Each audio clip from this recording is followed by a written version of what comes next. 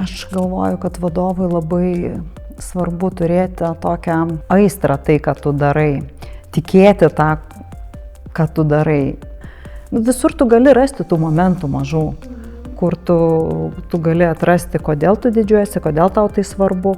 Na, jeigu tu jau negali atrasti, tai aš sakyčiau, tada reikia keisti sritį arba darbą. Ne ten esi. Aš tikiu, kad apskritai visos problemos kyla dėl prastos komunikacijos. Kad kažką neišaiškinai iki galo, nesuformulavai tinkamai užduoties, neišsikalbėjai, nepakomentavai, nedavai atgalinio ryšio. Viskas tik dėl to. Kuo daugiau mes galim pakalbėti, išsikalbėti, tuo viskas vyksta sklandžiau.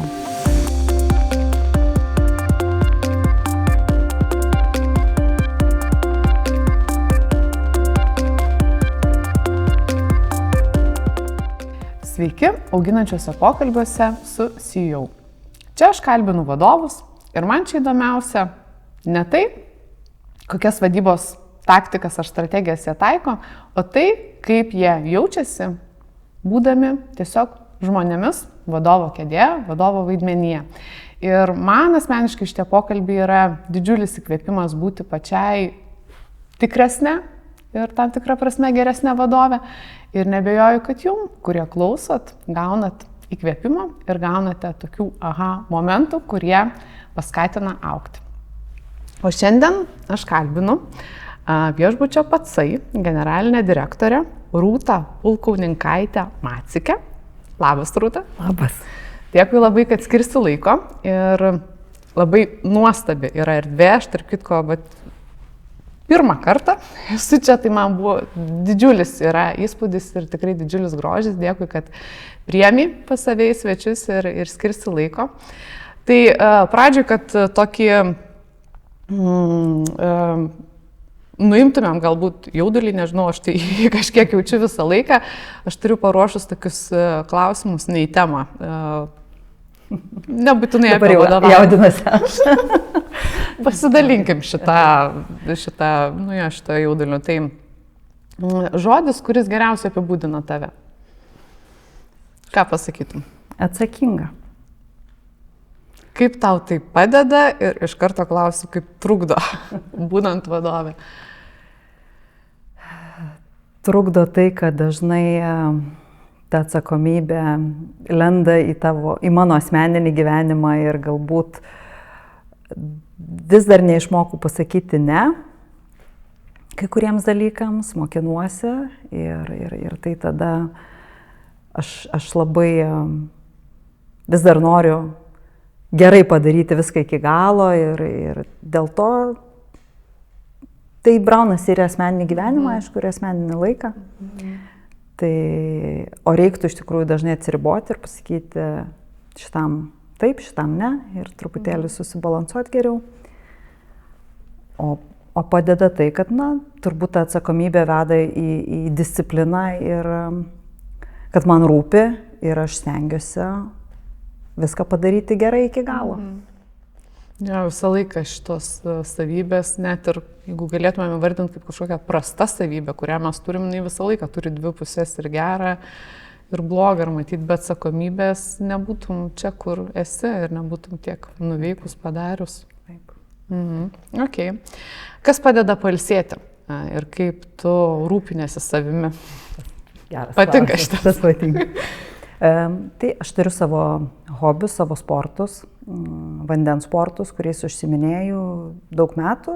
Jie keičiasi, tai yra su įvairiom lentom, jėgos aitvarai, tai yra vandenlenčių sportas, tai yra banglentės ir dabar dar yra vadinamas rapid surf, kur yra ant dirbtinės bangos Vilniuje, čiuožiu. Tai nežinau geresnio būdo atsipalaiduoti nuo minčių, nuo visko, nes, kaip aš sakau, kai tu esi vandenyje, kai tu esi ant lentos, tu negalvoji nei apie biudžetus, nei apie kas ką pasakė, tu galvoji apie tai, kaip tau ten nenukristi, kaip ten išgyventi, kaip ten padaryti tai, ko tu nori. Tai kiekvieną kartą išlipus iš vandens jaučiuosi nusirisetinus, tarsi iš naujo perkrovus bateriją ir galiu toliau vėl tęsti viską. O tau ramus kažkokie laisvalaikio veikimo būdai tinka, netinka ar Nelabai. nelabai? Žinoma, ir mėgstu ir knygas paskaityti, bet aktyvus laisvalaikis man yra geresnis poilsis. Aišku, man labai patinka ir pirtis, tarkim, nueiti pirti, taip pat irgi labai geras būdas išsivalyti galvą, kaip aš sakau. Tai balansuoji, kartais gal į pirtį nueini, bet dažniausiai pas mane būtų taip. Aš ryte nueisiu aktyviai, pavyzdžiui, pasurfinti, o vakare nueisiu į pirtį. Tai čia būtų mano tobulas šeštadienis. O kaip su knygom? Mėgsti skaityti? Labai mėgstu, skaitau vienu metu mažiausiai 3-4 knygas. Geras. Anksčiau to nebūdavo, bet aš nežinau, pastaruosius kokius gal daugiau negu 5 metus. Todėl, kad aš turiu būtinai bent 1-2 knygos apie sveikatinimąsi kažką. Grožinės literatūros knygą skaitau tuo pačiu metu. Kokią vadybinę knygą skaitau dar. Ir va taip kažkaip tai aš paskaitau, jeigu man atsibosta, aš padedu, aš kitą vakarą galiu kitą, arba nuo nuotaikos. Kartais tikrai vakare visiškai nebesinori jokių vadybinių ar apie sveikatą. Tada imu grožinę literatūrą, paskaitau grožinę literatūrą. Ir tikrai ne kas vakarą aš paskaitau, nes taip neišeina. Kartais tiesiog jau krenti į lovą, vaikus sumigdžius ir tai būna jau apie nieką nebenori. Bet ar savaitgalio ryte, ar vakare labai mėgstu atsiversti knygą. O jeigu taip galėtum, nežinau, rekomenduoti ir išskirti iš tų savo 3 segmentų - sveikatos, grožinės ir vadybos. Yra kažkas, kurios knygos labai padarė didelį įspūdį, ar norėtum prie jų grįžti? Oi, aš grįžtu nuolat prie knygų ir skaitau, tų pačių, ir naujų skaitau. Aišku, dabar beprotiškai daug naujų knygų išleidžia, tai nebespėjau nei sekti, nei skaityti. Tai geriausiai atsimenu, ką skaitau paskutiniu metu. Tai aišku, iš sveikatinimuose tikrai negaliu išskirti daugybę tų knygų, kurios padarė įtaką ir daro toliau ir pamirštu ir vėl iš naujo skaitau. Nes tai tokia geriausia man motyvacija. Aš perskaitau, užsimotyvuoju, kažką keisti, darau. Tada pamirštu, nes vėl grįžti į gyvenimą tikrą. Ir tai toksai ratelis. Tai daugybė tų autorių ir Peter Attia, ir kad ir Laura Bojarskaitė apie miegą labai įdomi knyga, jeigu iš lietuvių autorių. Ir tarkim ir apie Fast Like a Girl yra tokia, irgi į lietuvių kalbą tik keistai išverstas pavadinimas, padariusi įtaką. Daug tų knygų, o iš vadybos dabar tarkim skaitau ir labai įdomu yra Will Gaidara Unreasonable Hospitality. Nes normalu, aš dirbu svetingumo versle ir jis išleidęs knygą, aš klausiau jo pranešimo gyvai, tikrai įkvepianti asmenybė, pasiekusi daug šitoj srity ir labai įdomu paskaityti, nors jis yra iš restorano srities, bet puikiai tinka tiek viešbučiui, tiek restoranui, tiek spa, tiek bet kuriam svetingumo verslui. Tai dabar, bent jau dabar jaučiu, kad jo mintis, jo idėjos labai mane inspiruoja ir įtakoja. O grožinės, nežinau, pirma į galvą ateinanti, tai labai gal keistai nuskambės, bet Dostojevskio Nusikaltimai ir bausmė žavi meistrystė sakinio. Kaip galima vieną sakinį, vos ne lapą, sudėlioti. Dabar seniai jau neskaičiau, reiktų vėl iš naujo skaityti, nes turbūt kiekvienam amžiaus tarpsniui visiškai kitaip skaitai ir kitaip supranti ir kitaip matai autorių ir jo idėją. Jo, visiškai sutinku, kad ir tos knygos, kur iš mokyklos laikų, kai skaitėm, aš bent jau atsimenu, kai skaičiau tuo metiniu protu ir kai dabar visiškai kitoks sąmoningumas yra ir kitoks gyvenimo supratimas, tai dar kitaip atsiveria tos knygos, tai visiškai su tuo sutinku. Ir man labai patiko, kai tu pasakei, kad tos sveikatos, grožio ir visos tos iš tos skatinančios kitaip gyventi knygos tave įkvėpia, bet būna, kad užmiršti ir vėl reikia pasiskaityti. Man taip žmogiška ir gražu, nes man irgi, aš daugiau tokias knygas klausausi. Tai kai klausausi, atrodo, viskas ten toj srity susidėlioja, grafikas atsiranda, rutina kažkokia, paskui žiūrėk, atsitinka gyvenimas, užsileidžia, tik tai kažkas ten vienas kitas lieka. Tai labai žmogiška ir tikrai verta vis tas knygas paskaityti, kad žingsneliu pajudėtum vis pirmin, tvarkant. Aš knygų neklausau, aš klausau tik tai podcastų, mėgstu einant į darbą, iš darbo, vėlgi kaip atrasti laiko, tai aš atradau, kad man geriausiai klausyti arba važiuojant, arba einant į darbą, iš darbo, o vis dar esu senovinė ir man patinka atsiversti knygą, pajausti popierių rankose ir skaityti. Ja, aš irgi grožinės, tai aš visiškai skaitau. Aš klausausi, sakau, tų tokių profesinių daugiau ir kažkokių tai motyvacinių, kur man kažkaip įdomiau. Nu, ta prasme, man geriau susiklauso. Ok, dar vienas klausimas. Koks klausimas tau padeda, kai reikia priimti kažkokį sudėtingą sprendimą? Ar mintis kažkokia, ar frazė galbūt? Gal sakyčiau, kai yra baimė, kažkoks neužtikrintumas, aš turbūt savęs paklausiu, o kas gali atsitikti blogiausia?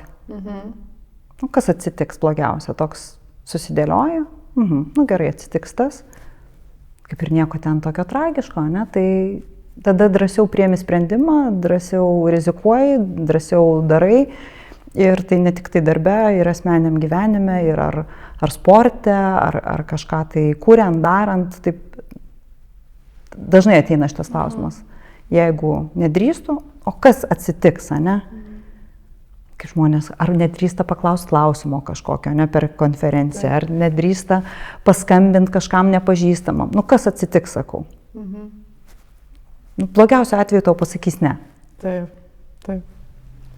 Ir iš tikrųjų supranti, kad kai padarai, kad baimė tik tai tavo galvoj buvo. Net nebuvo apie ką galvoti. Dažniausiai žmonės yra linkę bendradarbiauti, padėti, pagelbėti, bet jie neskaito tavo minčių, tu kartais turi tikrai paskambinti ir pakalbėti, ir paklausti, paprašyti, ir jie mielų norų pagelbė. Na gerai, Rūta, paskutinis iš šitų nei tema klausimų, bet dabar bus nei tema visiškai. Kokią supergalią norėtum turėti?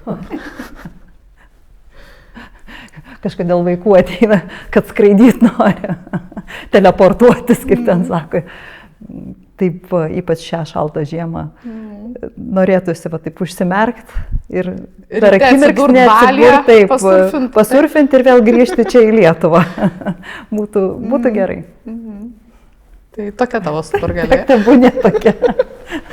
Okay. Na gerai, tai einam tada prie vadovavimo temų. Kaip atsitiko, kad tu tapai vadovė? Ar čia tas natūraliai įvyko? Ar jau žinojai, kad nori? Ar matei, kad gebi ir ėjai tikslingai? Natūraliai. Turbūt nuo vaikystės buvo tas polinkis vadovauti. Polinkis lyderiauti, suburti žmonės į grupę, tiek nuo kiemo, tiek mokykloje. Man tai sekėsi, aš tą dariau natūraliai, man nereikėjo savęs perlipti, nieko, aš tiesiog tą dariau. Aplinkų mane esantis tiek vaikai, tiek klasiokai tikėjo manim. Ir natūraliai taip gavosi, kad aš taip jau ėjau ir atėjau. O gerai, o jeigu taip, tą natūraliai truputį paanalizuotumėm ir kokios tai yra natūralios tavo prigimtinės savybės. Girdžiu, kad tavim tikėjo, paskui tave ėjo, bet kaip tai atrodo? Aš galvoju, kad vadovui labai svarbu turėti tokią aistrą tai, ką tu darai, tikėti tą, ką tu darai. Neseniai buvau susitikus su savo buvusio akcininku prieš tai viešbučio, kuriam vadovavau. Mes jį statėme rajone, kuris tuo metu atrodė beviltiškas. Žmonės iš turizmo sakė, kai mes atsidarėm, kad čia už mėnesį šitas viešbutis užsilenks, čia nieko nebus. Ir iš tiesų aplinkui nieko nebuvo, tai buvo Naujamiestis. Ir mes sėdėdavom konferencijų salėje su savo komanda ir matydavom, kaip tokia didžiulė duobė sniego ir per ją benamiai visokius armatūrą tentė. Mes pasijuokdavom, bet aš nuo pirmos akimirkos tikėjau to projektu. Aš žinojau, kad tai bus labai sėkmingas projektas, kad viskas gerai su ta vieta, tai yra tik laiko klausimas ir ta aplinka pasikeis. Aš tikėjau pačių produktų ir tada ir mano komanda tikėjo ir niekam nekildavo tų klausimų. Mes tiesiog dirbom savo darbą, visi atsakingai, visi užsivedę, kūrybingai. Ir iš tiesų, turbūt nemetams nepraėjus, tas viešbutis tapo žinomu ir užkūrėm ten labai gerą atmosferą ir iki šiol veikia ir tas rajonas klesti, žinom, Naujamiestis dabar. Taip. Tai aš galvoju, tas irgi tikėjimas ir turėti tą aistrą, kai tu kažką tai darai, nes jeigu vadovas toks be pulso, pats nežino, ar čia gerai, ar čia blogai, ir toksai, tai tada nieko nebus. Ir man atrodo, tada ir žmonės eina iš paskos, jie irgi užsikrečia tą aistrą. O tada galima bet ką padaryti, galima pasiekti net iš vietos, kur atrodė beviltiška, padaryti labai gražų projektą. O iš kur pas tave yra tas tikėjimas? Tu pajunti, ar tu esi daugiau ta vadovė, kuri pasiskaičiuoja, įsivertina, pamatuoja rizikas ir visas ten kitas rinkos tendencijas ir tada veiki kaip? Čia geras klausimas, niekada labai apie tai negalvojau, turbūt, kad vis dėlto aš ta, kur pajaučiu labiau.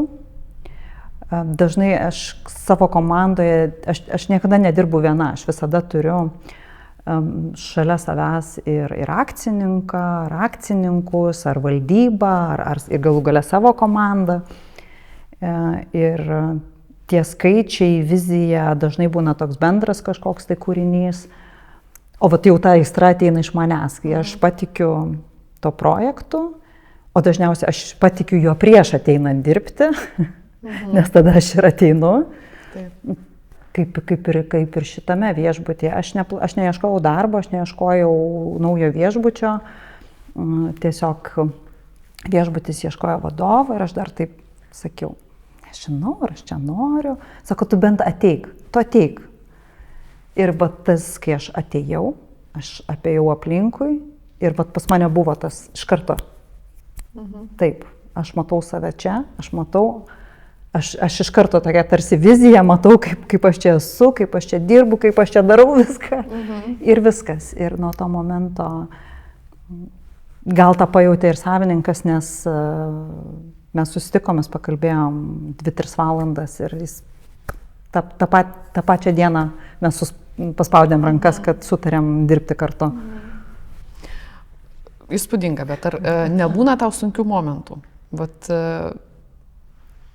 Atsitinka kažkas, tai nepasiteisina tavo tas jausmas, kažkas tai komandoje ar iš išorės yra kažkokie netokie pozityvūs ženklai ar kažkaip tai potencialiai numušantis tikėjimą.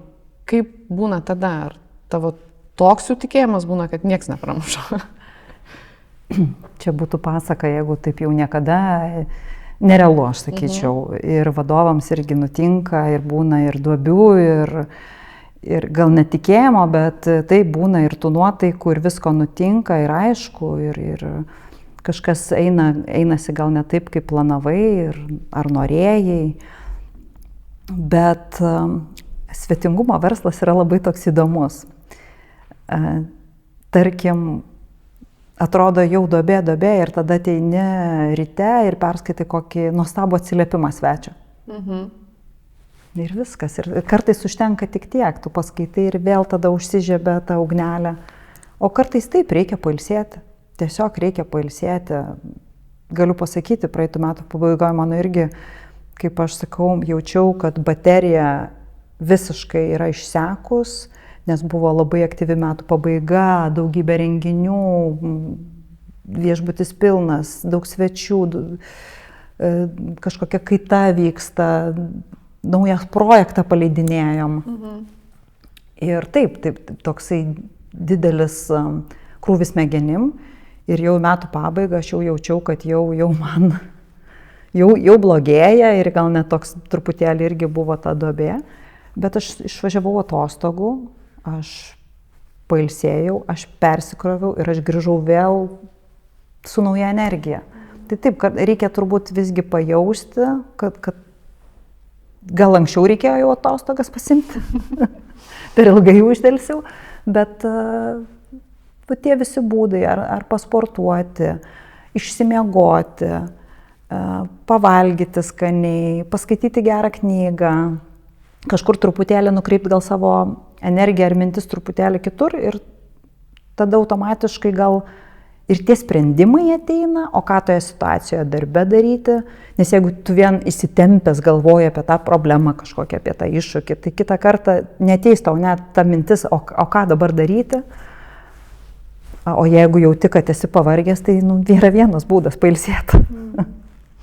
O tau nebūna taip, aš dabar klausydamasi, galvoju ir apie save, man būna kartais, kai aš pavargstu, tai man atrodo, aš net negaliu sustoti dirbti. Kol esu nepavargusi, tai aš dar kažkaip sąmoningai valdau tą krūvį ir būna, kad, čia jau viskas reikia stabdyti. Bet kai ateina nuovargis, tai man toks kažkoks, nežinau, su vyru juokam, kad man kompą reikia atimti ir uždaryti mane, kad aš nebedirbčiau. Kaip tu save sustabdai, ypatingai tokiais intensyviais momentais? Vaikai mane sustabdo, tiesą pasakius. Mano vaikai yra pakankamai dar maži ir tenka juos ir nuvežti, ir parvežti, tai jie labai gerai viską sutvarko. Sureguliuoja, nes tu turi tiesiog atsikelt, uždaryti kompą ir važiuoti. Taip. Ir viskas. Bet taip yra tas, kad tu ir atsidarai ten ir tą e-mailą ir tikrini, ir vakare, ir savaitgaliais, ir labai stengiasi jau prieš miegą to nedaryti, bet visko pasitaiko. Tai aš sakyčiau, vaikai yra mano išsigelbėjimas. Bet iš kitos pusės, aš turiu pasakyti, dabar aš turiu nepaprastai gerą komandą. Man tikrai nieks neskambinėja savaitgaliais ir leidžia man pailsėti. Ir tai sakyčiau, komanda dar irgi yra labai tokia, kuri padeda. Kas tau svarbu atsirenkant komandą? Priklausomai nuo pozicijos, bet visada man kažkaip požiūris pirmoje vietoje. Požiūris, ta žmogaus energija, kiek jis pats yra motyvuotas dirbti. Nes mes žinom, kad motyvacijos neprimotyvuosi. Taip. Kiek ten, gali ten mėnesiui. Bet žmogus turi būti iš savęs motyvuotas. Ir vieni žmonės tą turi, kiti nelabai turi. Tai man ta motyvacija ir aš jaučiu, kad ir dabar dirbu su tokia komanda, kuriems nuoširdžiai rūpi tai, ką jie daro. Jiems yra tas pasididžiavimo jausmas, kad jie čia dirba. Nes atrodo, ką mes dirbam viešbutyje, bet šitas viešbutis iš tiesų garsina ne tik Vilnius, garsina Lietuvą, jis garsina mūsų šalį, nes mes skinam įvairius apdovanojimus, tarptautinius. Esame įrašyti į tam tikrus sąrašus. Tai tikrai toks yra pasididžiavimo jausmas, kad tu dirbi būtent čia. Aš dabar, paprovokuot noriu, tai be pigų tau turėti tada tokią komandą dirbant kiečiausiame Lietuvos viešbutyje, kuris, įvardinai, kuo išsiskiria, kaip sukurti tą pasididžiavimo jausmą, kad aš esu čia, tiems, kurie gal neturi tokių sąlygų. Bet aš jau, kai dirbau, aš ne tik dirbau 5 žvaigždučių viešbutį. Aš vadovavau ir 3 žvaigždučių viešbučių, ir 2 žvaigždučių viešbutį, bet visur lygiai taip pat didžiavausi. Tai nėra, kad vien žvaigždučių skaičius gal tą jausmą tokį sukuria. Kiekvienas savo srity, savo vietoje. Čia jau gal plačiau, čia Lietuvą garsini Vilnių, gal kai dirbau 2 žvaigždučių viešbutyje, kažkoks kitoks tas buvo pasididžiavimas, kad vat, viskas veikia operacijos sklandžiai, kad turime užpildytą objektą svečiais, su kuriais mes turim betarpišką bendravimą, tarkim, ne, ten ir tai, kad turim savo kažkokį klientų ratą.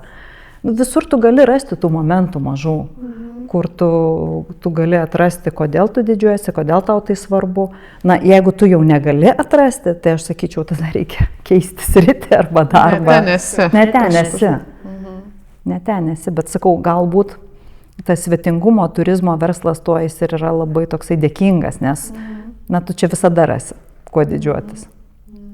O tu pati dirbai tik svetingumo versle? Taip, man jau atsitiko, kad aš visą gyvenimą esu čia buvo planas ar atsitiktinumas? Visiškai atsitiktinumas, visiškai neplanuotai, netikėtai, bet jau kai įkeli koją į šitą verslą, turbūt labai sunku iš jo išeiti. Labai daug dinamikos, tai yra verslas, kuris sukasi 24 valandas per parą, mes niekada neužsidarė, mes net COVID metu nebuvom užsidarę, kai visi verkė, kaip ten sėdi namie, tai aš eidavau į ofisą kiekvieną dieną, gerai, buvo momentas, kai mes turėjom tik vieną svečią. Bet dabar aš šitą istoriją pasakodama vėlgi labai didžiuojasi, nes buvo momentas, kai mes galėjom nuspręsti. Visi išvažiavo, išskrido, visi viešbučiai užsidarė savo duris, nebėra svečių, taip. O pas mus yra vienas svečias. Ir ką dabar su juo daryti? Mes galėjom jam pasakyti, ačiū, atleisk, bet tokia situacija, susirask butą, kraustykis.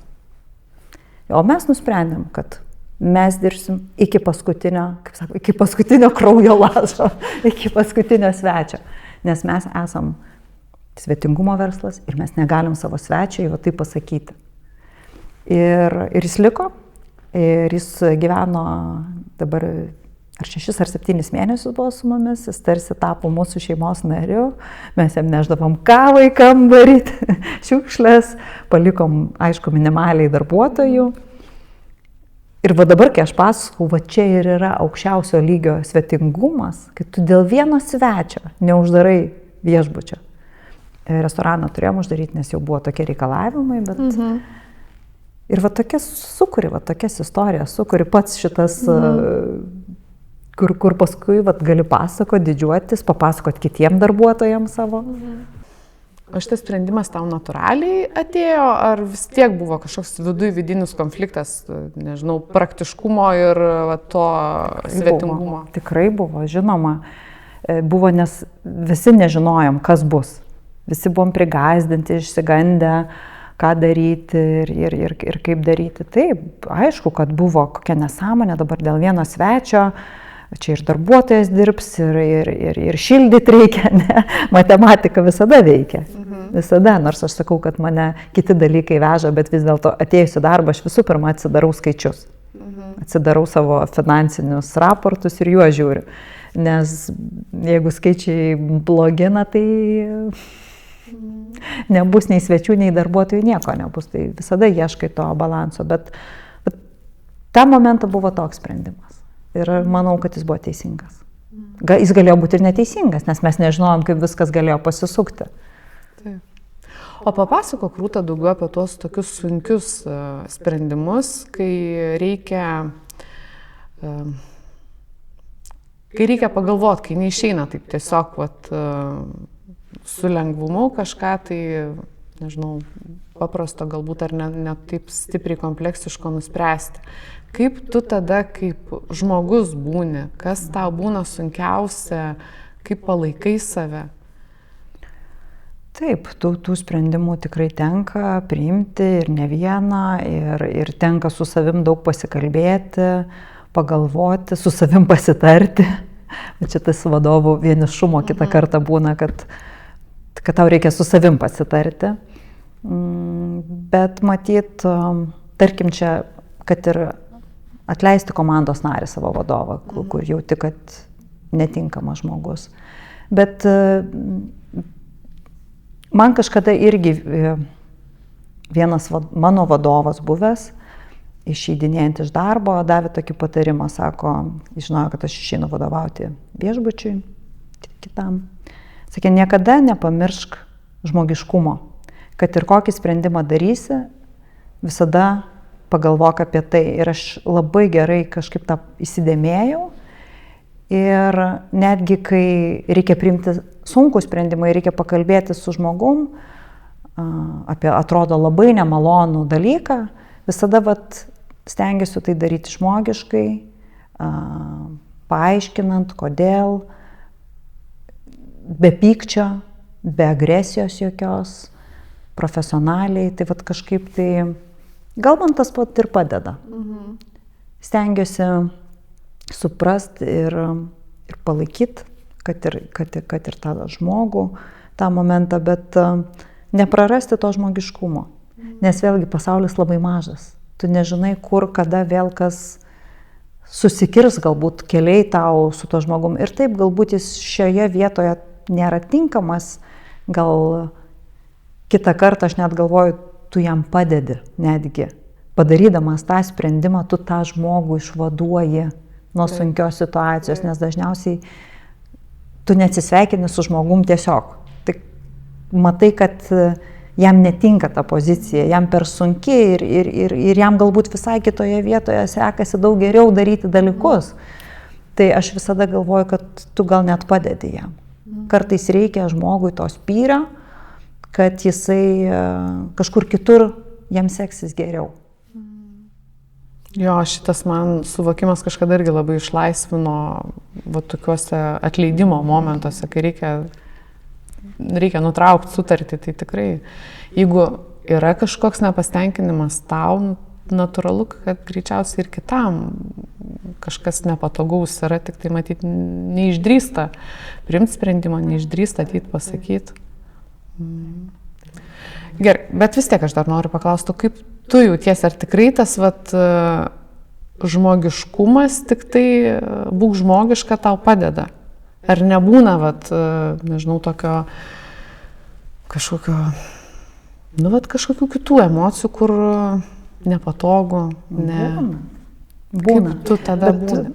Bet galiu pasakyti, turbūt, čia ir yra tų vadovų su patirtim pranašumas, kad aš pati matau, kaip aš pasikeičiau per 20 vadovavimo metų, tarkim, su virš. Užauga ta skūra. Ir tie nepatogus dalykai darosi jau, tu daug greičiau priemi sprendimą, tu daug mažiau pergyveni, tu daug mažiau priemi gal net į širdį, kad kažkas tai, nes yra kažkokia skūra, jau yra, tu jau tą darėjai, daugiau mažiau kažką panašaus priemiai. Ir tada mažiau tikrai, sakau, žinai, tu stengiasi pasiekti rezultatą, tau jo reikia ir darai ir viskas. Taip, kartais gal yra ir to robotizmo įsijungia, nes tu žinai, kad taip reikia padaryti, reikia priimti tą sprendimą, dabar nebegalim laukti ilgiau ir darai. Ir tą darai tikrai greičiau, gal jaunesnė labiau ten abejoji, lauki, klausi 100 kartų savęs, ar taip, dabar greičiau. Greičiau ir mažiau skausminga. Ir neužsibūni tame. Nebeužsibūni. Tiesiog padarai ir paleidi. Bet čia turbūt tą išmoksti tik tai su laiku.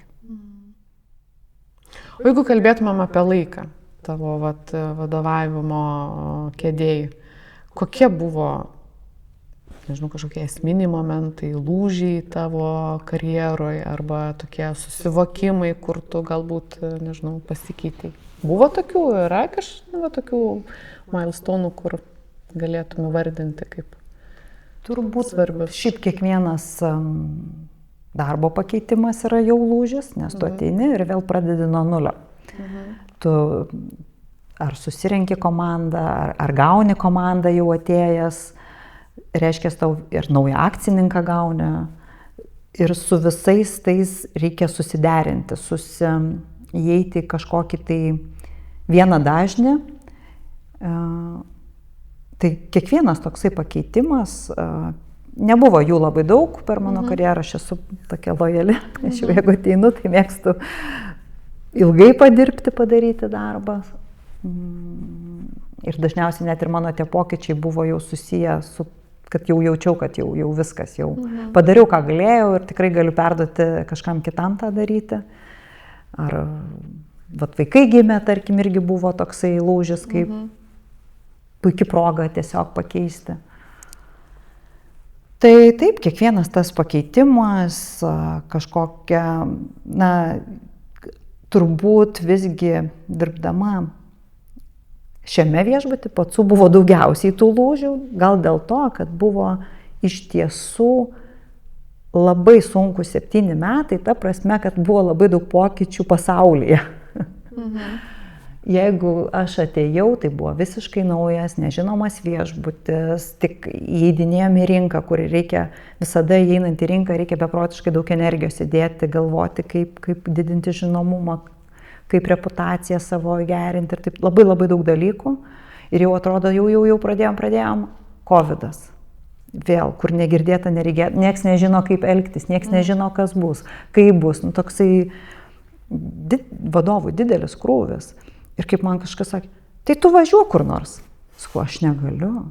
Aš turiu komandą, aš turiu žmonės, aš negaliu palikti, kaip aš kaip kapitonas, aš negaliu išeiti iš laivo dabar ir sakyti, čia aš išvažiuoju ten į balę, ne, surfinto, jūs čia sukitės, tvarkykitės. Sakau, aš taip negaliu. Aš išvažiuosiu tada, kai aš sutvarkysiu, jeigu taip jau būtų nutikę.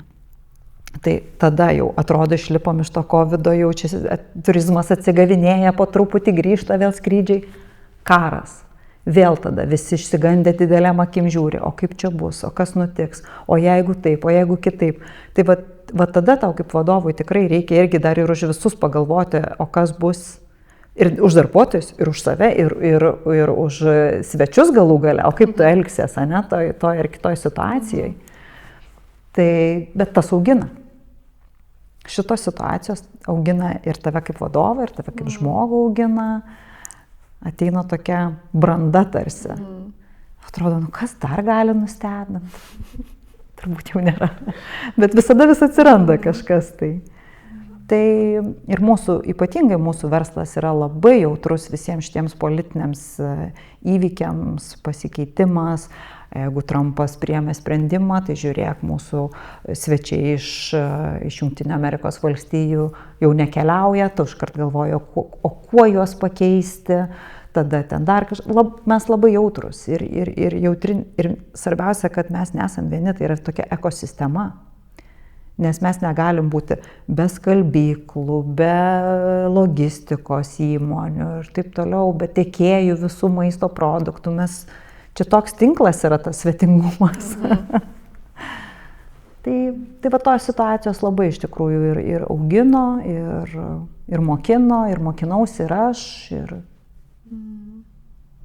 Tai paminėjai, kad tave taip lyg sustiprino tai vietoj, kad nebe tiek pergyveni, jaudinėsi, ten išgyveni dėl kažkokių tai sudėtingų situacijų, greičiau viską darai. Kas dar? Kur dar jauti paaugusi per tos visus sunkumus? Gal apskritai ir jaučiuosi gal ir ekspertė jau savo srities, tikrai kažkaip ir kai kviečia, tarkim, ir konferencijas pasisakyti, vieną, antrą, trečią, nueinu ir irgi pagaunu, kaip man lengva kalbėti tom temom. Nes tai yra ta tema, kurią šitiek metų gyvenu. Ir tas keisčiausia, kad tas jaudulys kažkaip tai, jis yra daug ramesnis, jau daug mažesnis, nes aš žinau, kad taigi, aš čia dirbu kiekvieną dieną, aš žinau, kaip daryti dalykus, aš žinau, kaip vyksta viskas. Tai ateina tas turbūt ekspertiškumo kažkoks momentas. Ir tada ir lengva kalbėti, lengva dalintis, nebėra to jaudulio tokio, lengviau yra. Matytas yra labai svarbu jaudulį nuimti, prisiminti, kuo gyveni, nes mes kartais, aš irgi kartais, kai būna, kai lipu ant scenos, tai tikrai dar patiriu jaudulį, bet tas momentas, kai pagalvoju, tai ašgi nelipu sakyti ar kalbėti kažko, ką aš perskaičiau tik tai knygoje. Ir tada kažkaip natūraliai viskas gaunasi. O kaip tu, Rūta, save augini kaip vadovė dar kažkaip kitaip, ne tik tai praktikoje, dirbdama diena iš dienos vadovės darbą, ir yra kažkokių tavo šiaip tikslų, dar tą, nežinau, ar pasimokyti kažką, ar prie kažkokios bendruomenės prisijungti, kur žmonės tuo pačiu gyvena ir pulsuoja? Įvairiai, aš sakyčiau, be knygų skaitimo, be podcastų klausimo, tai kad ir dalyvavimas tose pačiose konferencijose. Tiek pati dalinuosi, tiek pati įsikvepiu klausydama kitų. Man rodo svarbu tikrai karts nuo karto vadovui nueit, paklausyt. Ir nebūtinai vien vadybos, tarkim, galima tų sričių ir kitokių, kad ir tas man asmeniškai arba aptarnavimo kažkoks verslas, apie aptarnavimo paklausyti, ką kalba pasaulyje kiti. Karts nuo karto turiu ir kreipiasi į mane, prašo pamentoriauti. Ir tai yra žmonės visiškai nebūtinai, tai ne iš viešbučio, tai gali būti iš kito visai kitos srities.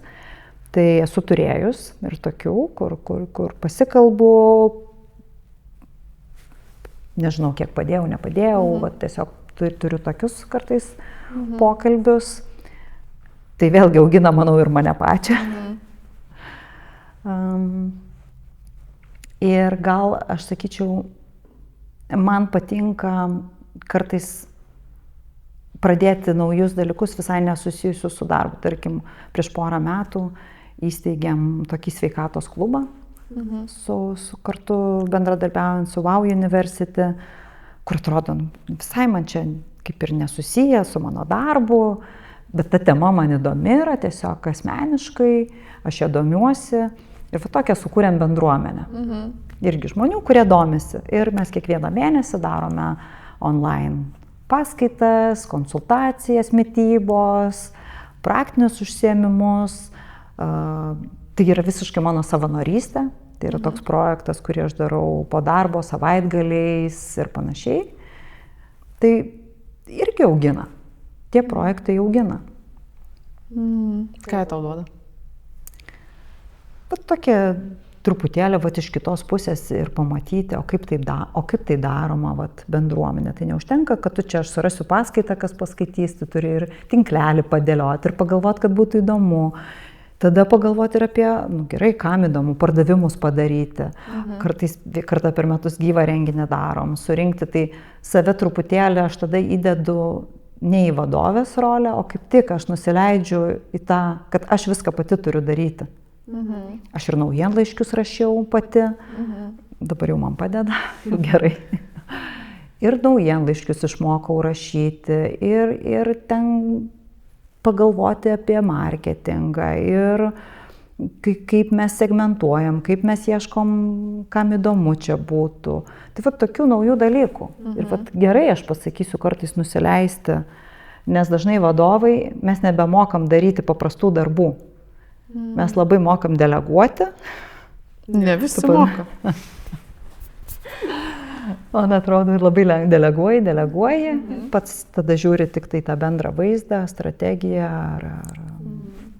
Bet kartais reikia tikrai nusileisti ir labai sveika vadovui nueiti kitą kartą ir barmenų padirbti, ir padavėjų, ir su svečiu pakalbėti. Tai aš tą darau. Tarkim, jeigu būna konfliktinės situacijos, tokios rimtesnės, kur svečias reikalauja ar nepatenkintas kažkuo, tai būna, kad aš ir pati nueinu pasikalbėti. Už baro manęs neleidžia, nors norėčiau, nepasitikė gal. Bet per COVID-ą, tarkim, nešiojau pati sultis į kambarius svečiam. Ir labai geras jausmas, pajausti. Kitą kartą net tu gal gali savo komandai padėti. Nes tu matai kitaip situaciją, vėlgi tu matai, kaip tavo darbuotojai dirba ar efektyviai. O kartais negali nieko padėti, nes tu supranti, kad tavo komanda yra tiek pažengus ir tokiam lygiai, kad tu jau nebegali jiems niekuo padėti. Tai tas kartais nusileidimas ant žemės ar nusileidimas iki žemiausio laiptelio labai sveika. Jeigu grįžtum tuos prieš 20 metų, kai pradėjai savo srity dirbti, kaip būti vadovė, kokį duotum patarimą savo iš tos dabartinės perspektyvos, dabartinio sąmoningumo?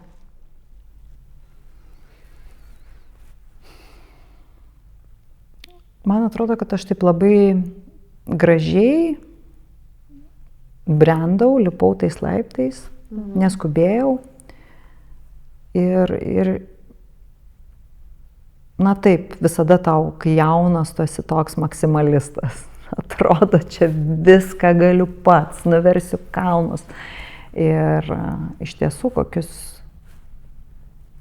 pusę turbūt laiko savo dirbau visiškai neskaičiuodama nei valandų, nei naktų, nei... Buvo tas etapas, kur buvau visiškai turbūt ir save pametus. Bet čia gal mūsų kartos problema, nežinau. Man atrodo, dabar jauni žmonės nebeturi tokių problemų. Jiems kaip tik gal reiktų iš mūsų pasimokinti, kad ne viskas yra va taip, va atėjau čikšt ir atsitiko. Kad taip, reikia nueiti ekstra mailų, reikia pabūti ilgiau, reikia pagalvoti, padirbėti. Gal nežinau, ar aš kitaip galėčiau, bet truputėlį gal tuo etapu būčiau savo palinkėjus šiek tiek dar ir savo skirt laiko daugiau. O įvyko kažkoks lūžis, kad tu pradėjai skirti daugiau laiko? Atsitiko kažkas, ar tiesiog supratai knygų pasiskaičiusi? Kad... Ne, knygos kažkaip skaitai, bet šitą vietą nepadeda. Gal sakyčiau, vėlgi vaikai mane labai išgelbėjo, aš brandi tokia mama, vėlai mano vaikai atėjo į gyvenimą, kai jau karjera mano buvo gerai įsibėgėjus. Ir va tada mane ištiko šokas, kai aš sustojau dirbti, dirbu aš ten, kaip juokėsi, aš dar sugebėjau studijuoti ir dirbti ir mano dukra gimė tą dieną, kai aš apsigyniau magistrą. Wow. Žodžiu, iki paskutinio aš variau ir tada gimė vaikas ir aš išeinu į lauką su vežimu ir aš, alyvos žydi.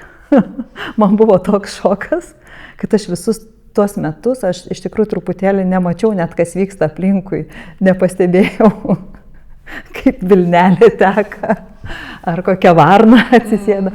Man va tada buvo toksai gal šokas, kad kad dar yra ir yra kitaip, gyvenimas šalia darbo. Dar yra gyvenimas ir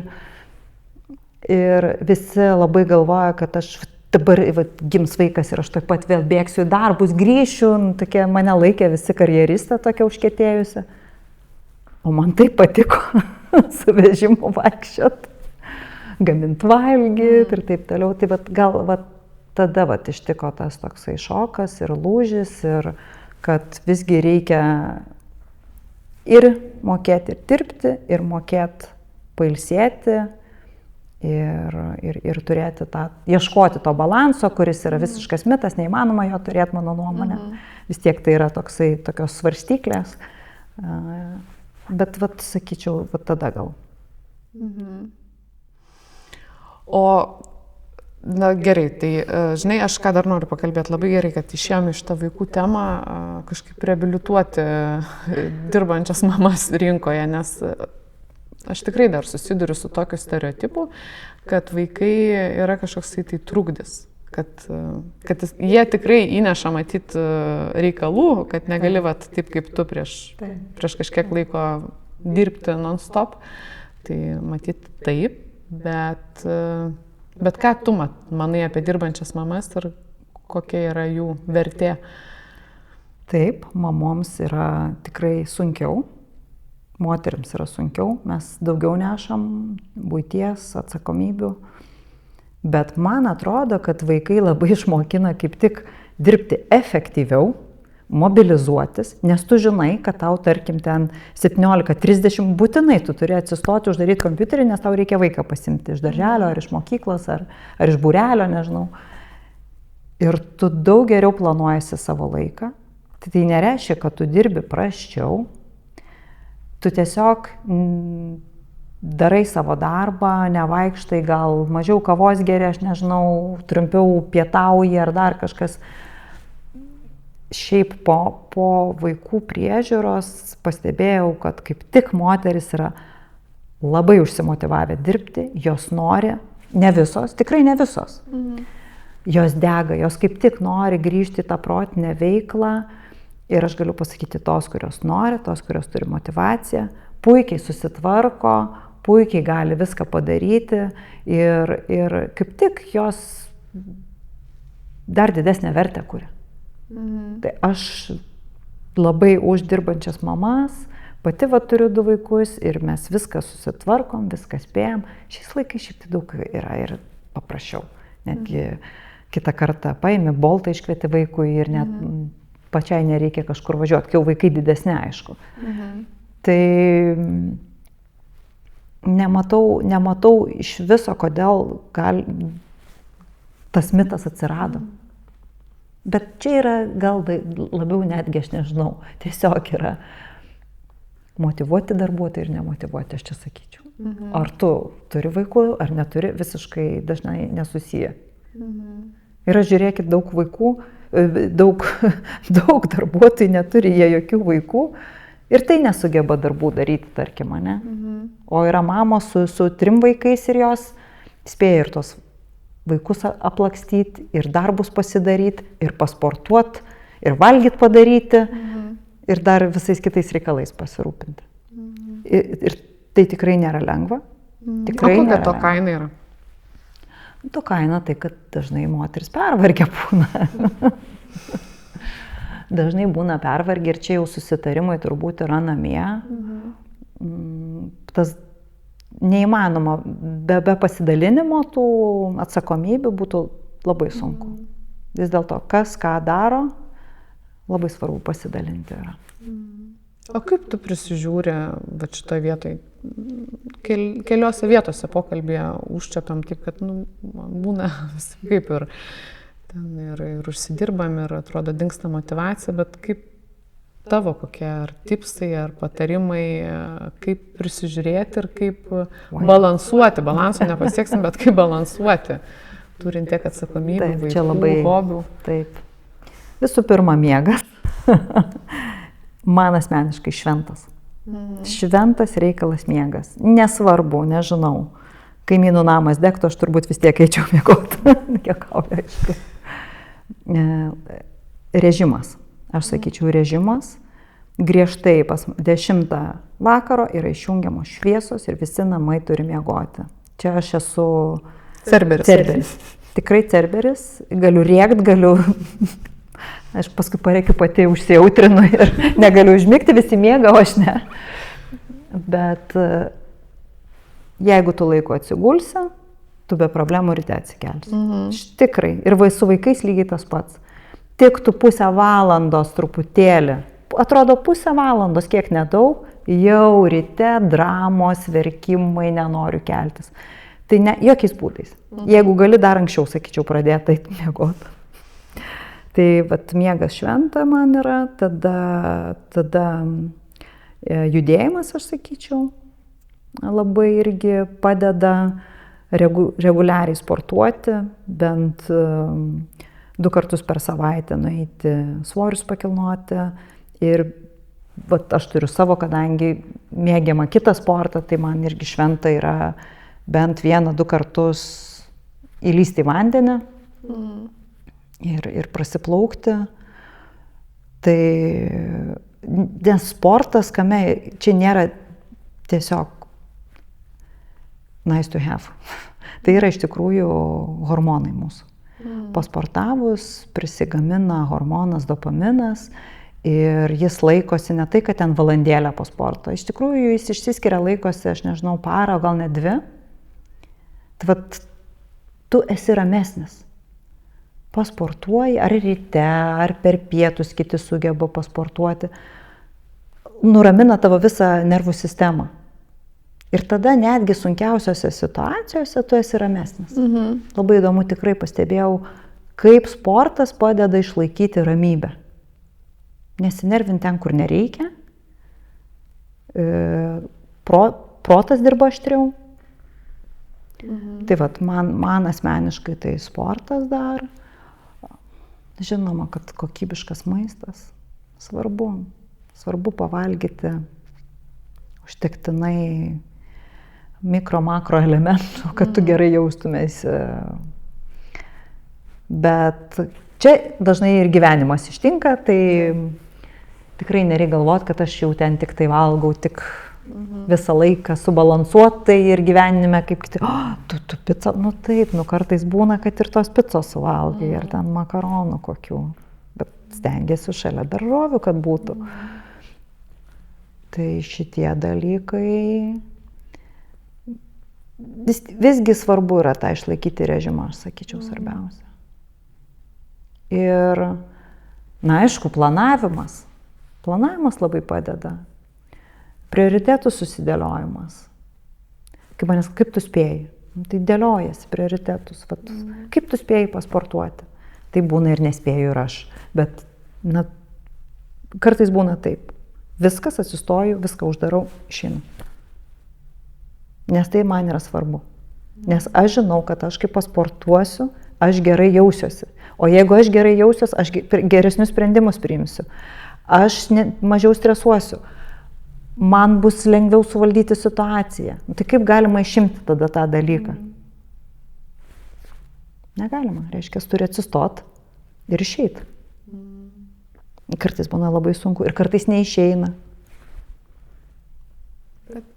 Bet tada kitą kartą vėl stengiasi vėl, kad taip neatsitiktų. Aš deduosi sportą į kalendorių. Prisipažinsiu. Tai nėra taip, kad aš prisimenu, reikia pasportuoti. Man turi būti kaip kažkokia mano kaip darbas. Tai yra darbas.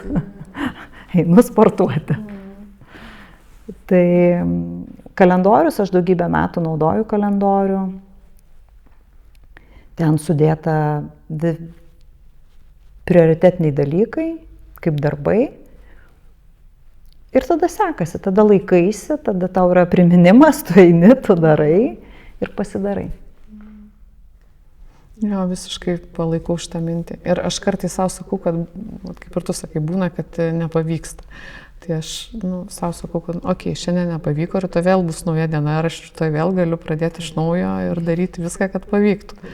Toks čia niekad nesibaigiant istorija, kaip ir apie tas knygas kalbėjai, nebus taip, kad vieną kartą įsikvėpiau kažkuo, supratau kažką ir viskas, dabar plauks viskas flow ir nereikės dėti pastangų. Nors kaip dantis kažkaip išmoksam valytis, ne? Ryte vakarė. Iš tikrųjų, jo. Tai aš sakau, o kodėl mes taip sportuoti neišmokstam? Tai yra kaip ta pati higiena, kurios reikia mūsų organizmui.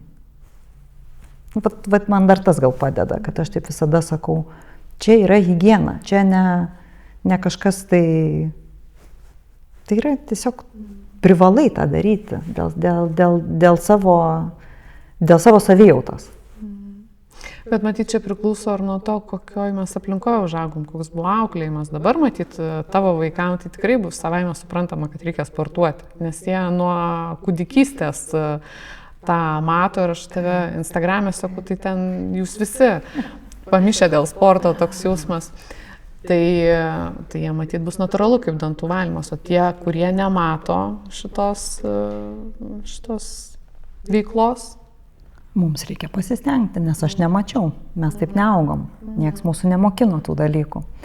Tai mums reikia pasistengti. O kaip bus su vaikais, pasižiūrėsim. Taip, jie mato tą pavyzdį, manau, kad taip. Manau, kad tėvų pavyzdys ne žodžiais, ne eik sportuok, o pats guli ant sofos, čipsus valgai. Taip neveikia. Taip neveikia. Grįžkim po truputį prie vadovavimo ir gal toks pabaigai. Kokie yra tau, kaip vadoviai, klausimai, kurių tu į kuriuos vis neturi atsakymo ir kur dabar gyveni su jais? Yra kažkas tai, kas dar tau kelia iššūkių arba...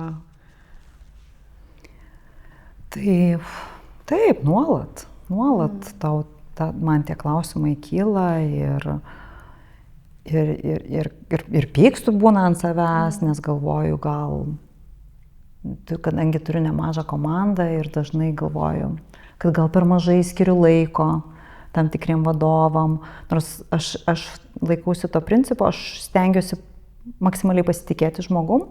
Jeigu aš jau priėmiau į darbą, tai aš sakau, tu esi profesionalas šitos ryties ir tu tvarkykis. O pas mane ateik, kai jau bus problemų, nežinosi kaip spręsti, tada mes pasitarsime. Galvoju, kad reiktų kitą kartą daugiau duoti gal atgalinio ryšio, dar daugiau reiktų tų pokalbio, to dėmesio. Tai nuolat ir klausiu savęs, ar gerai padariau, ar skyriau laiko, ar pakankamai skyriau laiko. Ir taip to laiko dažnai nebūna. Nes tu save išmėtai po gabaliuką per skirtingus prioritetus, per skirtingus darbus. Ir kartais tikrai jaučiu, kad per mažai skiriu gal dėmesio kažkam. Na, tada sėdi, galvoji, įdedi kalendorių ir taisai tą situaciją. Tai taip, tų klausimų nuolat kyla, čia yra turbūt ir gerai, nes jau kai nebekils tie klausimai, tai gal tada jau reikės kažką keisti. O kaip tu jautiesi va tada, kai ir kaip jautiesi ir kaip gyveni su tuo ir ką darai, kai suvoki, kažką padariau ne taip, kaip galėjau padaryti arba turėjau padaryti. Taisau situaciją. Kalbuosi. Aš tikiu, kad apskritai visos problemos kyla dėl prastos komunikacijos. Kad kažką neišaiškinai iki galo, nesuformulavai tinkamai užduoties, neišsikalbėjai, nepakomentavai, nedavai atgalinio ryšio. Viskas tik dėl to. Kuo daugiau mes galim pakalbėti, išsikalbėti, tuo viskas vyksta sklandžiau. Tai aš visada už pokalbį. Ir kažką ne taip padarei, tai pripažink, ne taip padarei, ateik vėlgi, kalbėkis. Nematau kaip kitaip. Kaip kitaip galėtum pataisyti situaciją, nesiaiškinant, nekalbant, nekeičiant kažko tai. Tai komunikacija.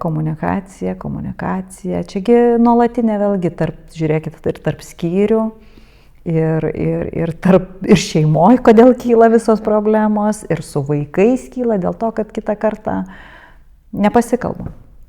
Nepaaiškinam, nepamokinam, kažko nepaklausiam galbūt, ar neduodam atgalinio ryšio. Kuo daugiau kalbėsi, tuo lengviau viskas vyksta ir sklandžiau. Man Rūta iš pokalbio su tim susidarė, kad tu tokia į veikimo orientuota vadovė, per daug neužsibūnanti, atsitinka kažkas, kas čia įvyko, imam, sprendžiam, kalbam, darom ir tiesiog nei pati, man atrodo, nepaneri tas tokias būsenas blogas ir neužsistovi, nei jas iškelia, skaluoji. Taip, stengiuosi. Jau kas įvyko, aš sakau, jau įvyko, viskas, jau buvo, įvyko, dabar jau galvokim į priekį, ką dabar darysim, kaip taisysim situaciją, nes, jau praeities pakeisti negalim. Dabar tik tai galim galvoti, ką daryti, kad ateityje nepasikartotų tas dalykas, ką mes turim, ar tai sisteminis dalykas, ką mes turim pakeisti. Tai nuolat čia, kaip ir viešbutis, tai yra gyvas organizmas. Čia 24 valandos per parą verda gyvenimas, normalu, kad čia atsitinka situacijų ir atrodo, mes net ir su komanda juokėmės. Praėjo 7 metai, kol mes supratom ten kažkokį dalyką, kad jį reikia dar kitaip daryti. Ir atrodo, kaip mes anksčiau nepagalvojame.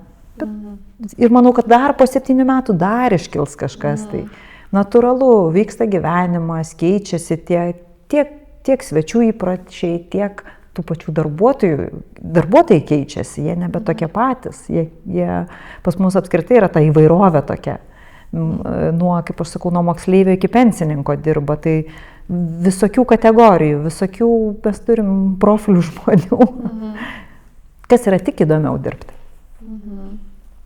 O ką, Rūta, apie tave žmonės sako tavo komandai? Kokia tu vadovės? Žinau. Šiaip, nors aš esu tikrai ir pas mane yra atvirų durų politika ir būna ir ateina pas mane ir darbuotojai, ir pabeldžia ir ateina ir mes pasikalbam, ir mes kartu valgom pietus ir pajuokaujam, bet sako, kad griežta. O kaip pasireiškia tas griežtumas? Nežinai, netikėta tau? Gal griežta ta prasme, kad gal pasitikė mano sprendimais ir jeigu paprašau kažko padaryti, tai iš tiesų ir stengiasi komanda padaryti. Taip vėlgi nėra, kad aš nurodau ten, įsakau kažką tai padaryti. Siek dažniausiai tai gimsta iš mūsų pokalbių, mes turim susirinkimus, mes labai atvirai pasakom vieni kitiems, jeigu kažkokios situacijos iškyla ir dažnai stengiamės kartu išspręsti tas situacijas, bet taip dažnai tas gal mano žodis normalu, kaip vadovės būna paskutinis. Gal kartais ir tas tonas būna griežtesnis, kai pavargsti, jeigu kažkas kartojasi ir sakai, kada išspręsim šitą situaciją, kiek galima, susėskit ten 3 ir nuspręskit, ką darom. Tai gal labiau tame griežtumą. Dėkui tau labai, Rūta, kad skiriai laiko, man kažkaip atrodo, kad ne tik su manim, bet ir su visa auditorija per kameras pasidalinai savo energiją, savo, manau, ir energijos tą paslaptim. Geras miegas, aktyvus judėjimas, geras kokybiškas maistas, tai iš tikrųjų šitie dalykai tikrai yra labai svarbus ir mes šalia vadovo ir visų kitų pareigų turim prisiminti, kad esam žmonės, kurie gyvena kūne ir kuriuo reikia rūpintis. Tai dėkui tau labai, kuo didžiausios sėkmės tau. Ačiū labai. Ir dėkui visiems, kad klausėt. Iki kito karto.